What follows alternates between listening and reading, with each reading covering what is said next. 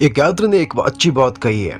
उन्होंने कहा, परिणाम की अपेक्षा करने से पहले प्रयास करो, क्योंकि केवल प्रयास से ही हमें वो मिलती है जिसकी हम अपेक्षा करते हैं। एक गांव में गुरु और शिष्य रहते थे। गुरु शिष्य से हर दिन गांव गांव जाकर भिक्षा मांगने के लिए कहता था, लेकिन शिष्य आलसी और कमजोर था, इसलिए वो गुरु के कहे अनुसार ठीक से काम नहीं करता था। फिर भी वो हमेशा गुरु के पास आकर कहा था, गुरुजी, मैं आपका सबसे पुराना शिष्य हूँ। इतने सालों से मैं आपकी सेवा कर रहा हूँ, फिर भी मेरे जीवन में कोई बदलाव नहीं आया। मेरे जीवन में भाग्य का दरवाजा कब खुलेगा? मुझे भगवान का आशीर्वाद कब मिलेगा?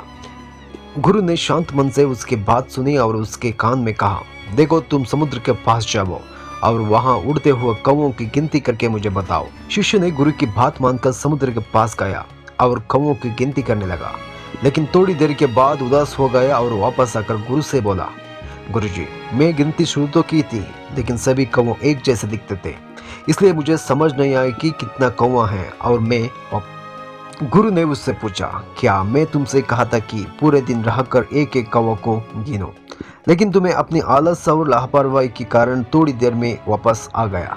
मुझे भी पता है कि सारे कौवा एक जैसे होते हैं, लेकिन मैं देखना चाहता कि तुम कितना प्रयास कर सकते हो, इसलिए मैंने तुम्हें वो खाम दे दी। शिष्य को अपनी गलती की एहसास हुआ। उसे समझ आ गया कि वो जो काम करते हैं उसमें उसे सफलता क्यों नहीं मिलती है। इसके बाद उसने गुरु के मार्गदर्शन में पूरी लगन और मेहनत से काम किया और एक दिन उसे उसके कार्य के परिणाम भी मिला।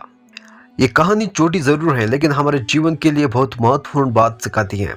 हमेशा ध्यान रखो, हमारा काम जैसे होती है वैसे ही हमें परिणाम मिलती है। अगर हम मेहनत और ईमानदारी से काम करेंगे तो भगवान भी हमें आशीर्वाद देंगे। इसलिए कहा जाता है कि जीवन में हर काम में प्रयास सबसे महत्वपूर्ण होती है और परिणाम को समय पर छोड़ देना चाहिए। मैं आखिर में एक बात कहना चाहता हूँ, जीवन में कुछ भी करो, लेकिन दुनिया को तुम्हें पलट कर देखने पर मजबूर कर दो।